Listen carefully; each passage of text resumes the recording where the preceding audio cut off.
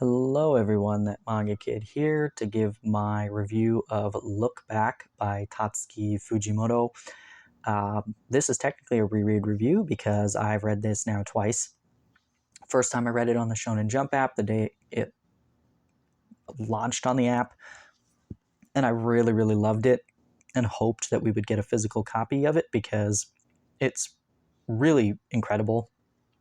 And I've read Fire Punch also, well, on the Viz Media website, and then I'm caught up to Chainsaw Man. I've been reading it for a long time now. And when Look Back came out, I had already read these two series, and was like, oh, I don't really know what to expect. This looks more like a slice of life thing rather than something like more fantastical, like the other two.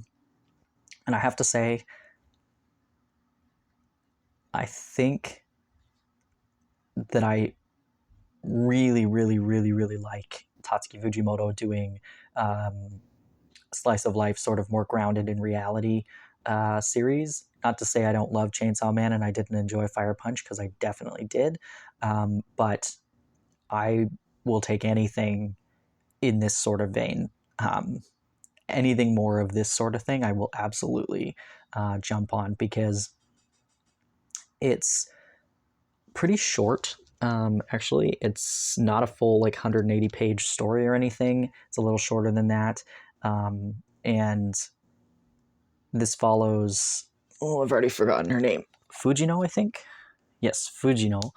It starts when she was a child. I think she's in elementary school. And she does the manga comics in their school newspaper. And one day she's super popular. Everybody thinks that her drawings are awesome and amazing, and she's really great at it. And then one day, one of the shut-in students who doesn't ever show up to school submits a manga to the newspaper, and the artwork is absolutely stunning and amazing. And this kind of knocks the main character, Fujino, down a peg or two, because all of a sudden, next to Koyamoto's, I think is her name, her artwork, Fujino's looks subpar, and pretty actually amateurish compared to her classmates. And so there's this jealousy and anger and all of these feelings that Fujino has towards this other classmate who she's never actually met, because the person never comes to school. But also this underlying awe towards this person, that's kind of much deeper down below the jealousy and anger. And this is really a story about two people who find connection through art and creation, and how creativity and artistry and whatever looks different to different people. And on one hand, I don't want to spoil. I'm trying to be vague so that I don't spoil this story, because it's really short and it's really quite good, and I definitely think you should read it if you have not already. It just has a good commentary on what is considered good or bad artwork, what is considered good or bad creativity, and how we can take inspiration from other people's success, as opposed to taking it as a personal attack. And that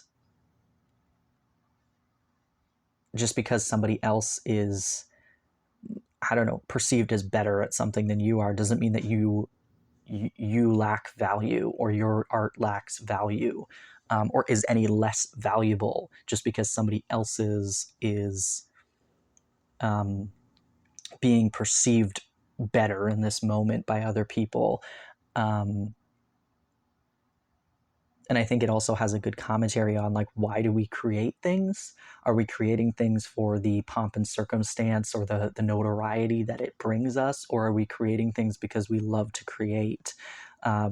are we proud of the work that we're creating, or do we feel like we're selling out and creating as a money grab, or for attention or whatever? There's a lot of these like themes in this very short story, and I think that, I would have read, if this story was longer, I would have read, a couple volumes of this. Like if this had been 2 volumes instead of just one shorter volume, like I think it would have been able to expand a little bit more. But I think that it does have impact even in how short it is, and it's definitely worth reading. The artwork is great. I mean, if you've read anything by Fujimoto, you know what to expect from the artwork. Uh, but yeah, I think that this is a pretty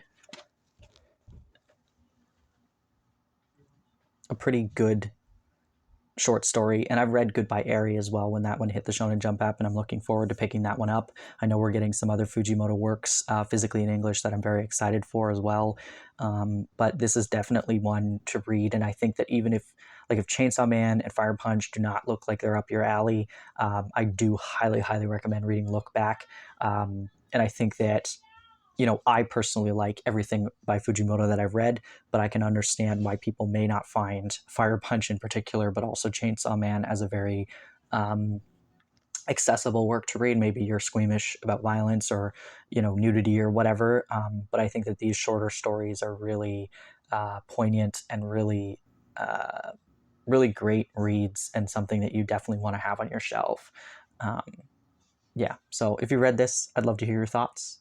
If you have any recommendations based on the fact that I like this, if you can think of anything else that's similar that you think I should pick up, by all means, let me know. And yeah, thanks for watching.